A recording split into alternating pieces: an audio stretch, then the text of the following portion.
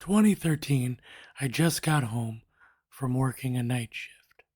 I went to bed like usual, but only slept for 2 hours, and I felt well rested. Then I go to take a shower. It was a fairly warm shower. And then I come right out, go to talk to my grandmother, because I lived at my grandmother's at the time. And the next thing I know is I feel woozy, like I'm about to pass out. Then I go into a seizure. I blacked out. Didn't really know what was going on, waking up to my grandmother screaming in my face. So naturally, I freaked out a little bit. Everything else was fine after the seizure, but I still went to the hospital anyways. And at the time, they really couldn't figure out why I had the seizure, what caused the seizure. What I do know is after I went off of work, I went to get a cup of coffee. And maybe the caffeine of the coffee messed things up somehow.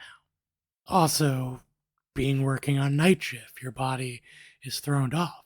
So the doctors couldn't really figure it out. They didn't know what was going on. I started feeling weak. My eyes started twitching. It was this eye right here. Thought nothing of it, just thought I needed sleep, and that was it. And it was either around 2015 or 2016.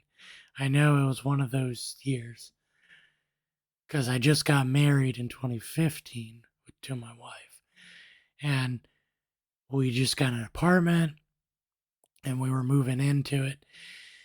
And all of a sudden, my arm started moving on its own and didn't really know why. And then from there, it just progressed. It started being my neck.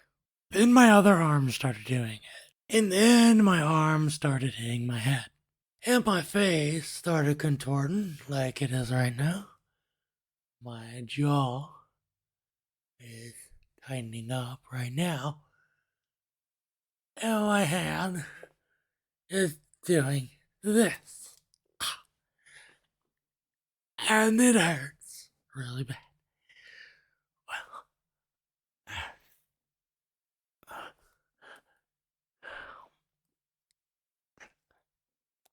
Then my legs started dropping so bad that I had to use a walker for a period of time because I couldn't walk anymore. My legs were stiffing up really hard, and my body, my whole body, and was moving violently, and my pelvic floor was being stretched at night. And during bed, I was curling up in fetal position because my body would contort my legs into fetal position, and my hands and feet would curl up, and it just kept progressing. When you're dealing with this FND, which is called Functional Neurological Disorder, and when I was first diagnosed, it was called Functional Movement Disorder. And there's been various names of this condition over the years. But I didn't really know that at the time, what this condition was, what I was dealing with. And every time I thought I was doing better, something new would pop up. Something new of my body was moving the next time I thought I was free. And I would have days where my body was calm. Hey, I'm free from it now and I'm getting better. And I've been through physical therapy after physical therapy. I've been trying to go back to work 3 times.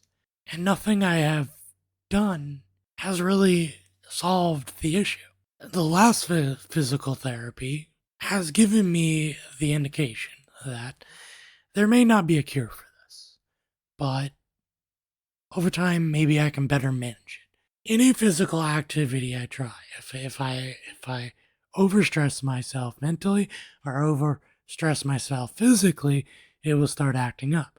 But then there's times where I'm at rest, I'm not doing anything, and it acts up. But also because of my body stretches certain areas of my body, the pelvic floor area, I deal with incontinence both ways because of that. Because my body is just stretching from my neck all the way down to my spine, down to the the mix section area, down to my waist, down to my legs, all the way to my feet. I feel it all throughout my body, in my eyes, in my head, in my face. I feel it everywhere. And the days I'm not twitching, even though they're calm, I'm so exhausted and achy and in pain, feel sore.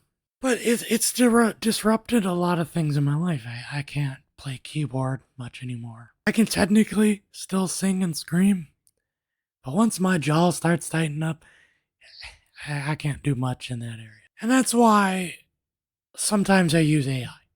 I've been using AI in some of my songs, making a voice model just in case I can't really do singing anymore. When my jaw tightens up, not only can I not talk, but I can't really sing. And I could try doing the singing, but it would be like this, and it'd be like this. There's too many interruptions when I'm trying to sing, and it's just not something I can really do. I've just taken advantage of the modern technology that we have now to be able to make music. And this is where I think AI comes into play for people dealing with disabilities. People should be able, who are singers, to be able to still have a career, even when they can't. Or even if not a career, still be able to create music and do what they want.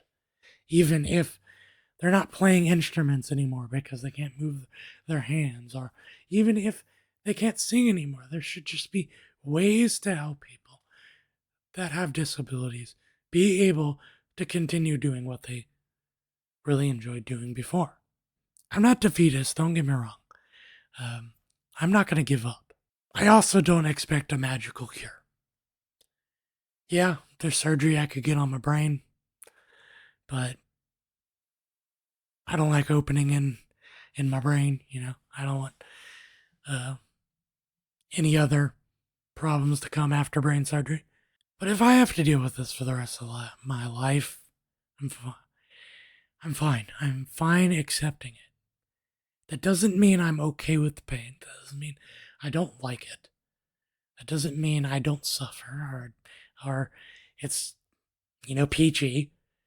It just means that I'm willing to accept that my life is my life. Yes, this is a challenge. Yes, this is something I'm dealing with, and it's not fun. As long as I'm breathing, and as long as I'm alive, I'm going to keep going. And if I don't get better,